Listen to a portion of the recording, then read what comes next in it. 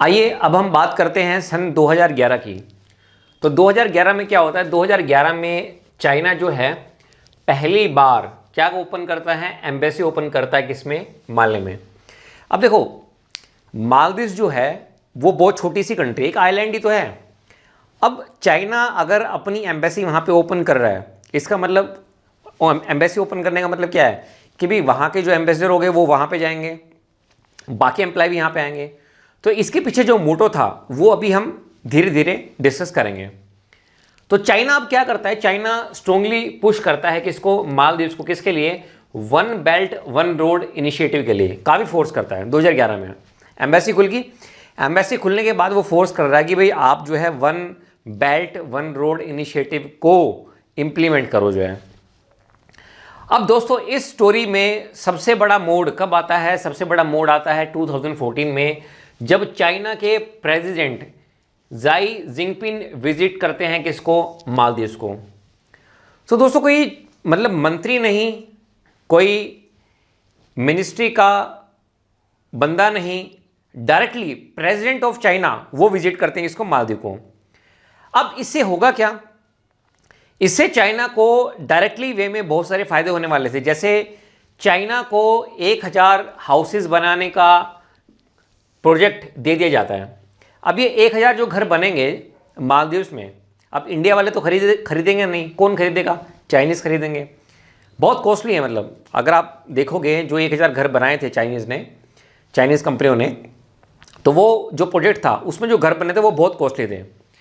इसके अलावा जो एयरपोर्ट प्रोजेक्ट है, ठीक है, अब एयरपोर्ट पे ऐसा तो है नहीं कि भी एक बार बना दिया, उसमें भी एक्सपेंशन होता रहता है, उसमें भी नई नई डेवलपमेंट होती रहती हैं, टेक्नोलॉजी को अपडेट करना पड़ता है।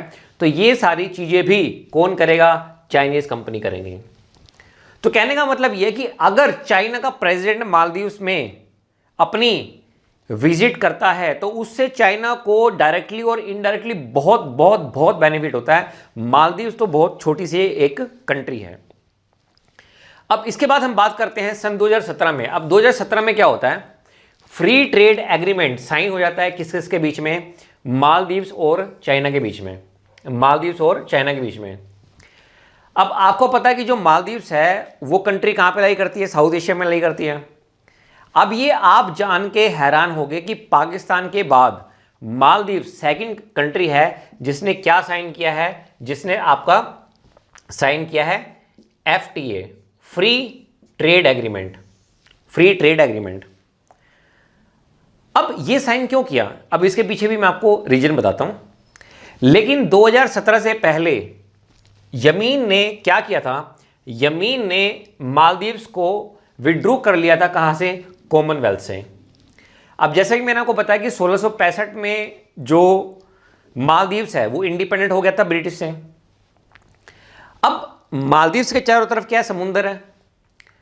अब यहां पे जो मेन एक्सपोर्ट हो सकता है गुड्स, ठीक है, वो क्या हो सकता है, फिशेस। भाई मछली ही तो एक्सपोर्ट करोगे, फिशेस ही तो एक्सपोर्ट करोगे।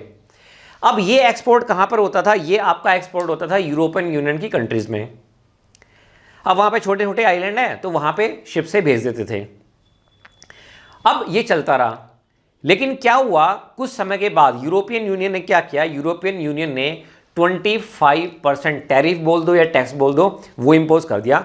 अब आपने 25% टैक्स लगा दिया, तो अब होगा क्या, अब जो फिशेज है उनकी कॉस्ट बढ़ गई।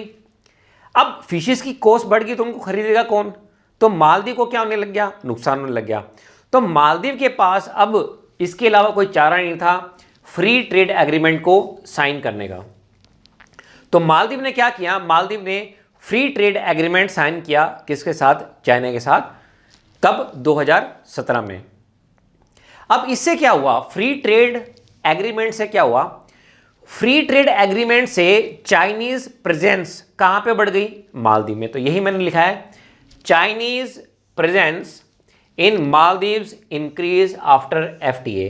और इसी बात से दोस्तों हम घबराते हैं कि हमारी जो नेबरिंग कंट्री है उसमें ये जो शैतान कंट्रियां हैं इनकी प्रेजेंस नहीं होनी चाहिए।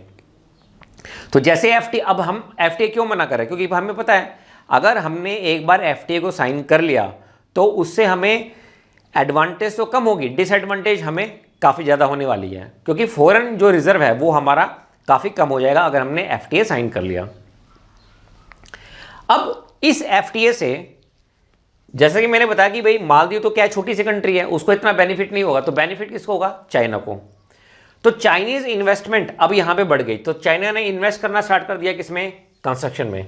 ठीक है, कोई भी आप कभी अगर मालदीव अगर आप घूमने जाओगे तो वहां पे जब आप डेवलपमेंट को देखोगे तो आप हैरान रह जाओगे। तो मैक्सिमम जो डेवलपमेंट वहां पे की गई है वो किसके द्वारा की गई है? वो चाइनीज कंपनी के द्वारा की गई है। क्लियर है?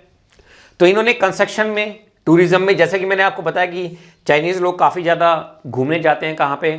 आपके मालदीव्स में।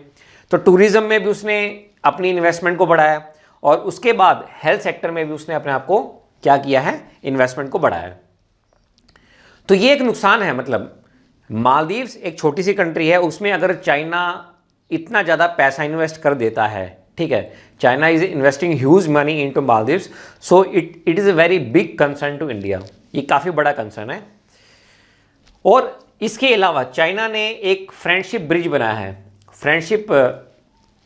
चाइना ने एक फ्रेंडशिप ब्रिज बनाया है किसके बीच में? माले के बीच में और हुलहुले आइसलैंड के बीच में। तो इस वीडियो को, अगर आप इस ब्रिज की वीडियो को देखेंगे, मैं अभी इसके बाद आपको प्रोवाइड करा दूंगा इसी वीडियो में ही, तो जब आप इसकी वीडियो देखेंगे तो यू विल बी सरप्राइजिंगली, आप सरप्राइज हो जाओगे कि भाई इतना बढ़िया ब्रिज उन्होंने बना के दिया। तो ये कुछ कंसर्न थे, मतलब चाइनीज़ जो प्रेजेंस बढ़ गई थी मालदीव्स में, तो उससे मालदीव्स को इतना ज़्यादा एडवांटेज नहीं हुआ, जबकि चाइनीज़ को काफ़ी ज़्यादा एडवांटेज हुआ।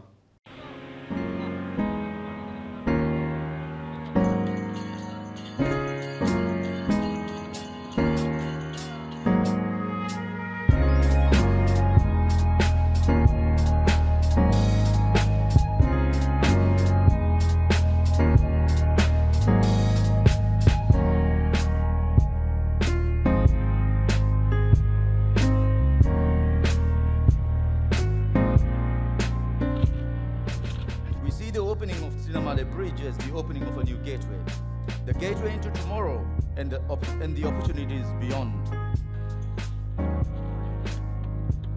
中马友谊大桥是马首座跨海大桥，实现了马尔代夫人民的百年夙愿。